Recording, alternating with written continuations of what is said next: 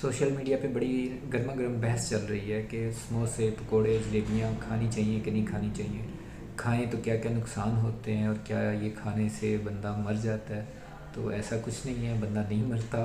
एक नॉर्मल बंदा इत्मीनान में रहते हुए इन चीज़ों का इस्तेमाल कर ले तो उसमें कोई हर्ज नहीं है। इन चीज़ों का हद से ज़्यादा इस्तेमाल किया जाए तो वो नुकसानदेह साबित हो सकता है। लेकिन ये कि दाल से बाहर निकल के आप किसी भी चीज़ का हद से ज़्यादा इस्तेमाल करेंगे तो आप तंग ही होंगे। वो लोग जो हद से ज़्यादा परहेज़ करने की कोशिश करते हैं, जो हद से ज़्यादा एहतियात बरतते हैं, वो भी तंग होते हैं। और ऐसे लोगों का बाहर से मजबूरी में खाना पड़ जाए तो उन्हें बीमार होना ही पड़ जाता है, क्योंकि उनके जिस्म को उन चीज़ों की आदत नहीं होती बाहर की ग़िज़ाओं की, तो वो फ़ौरन बीमार हो जाते हैं। तो इत्मीनान में रहना चाहिए, यही असल बात है। इत्मीनान में रहते हुए आप जो मर्ज़ी खाएं पिएँ, कोई इसमें इशू नहीं होता।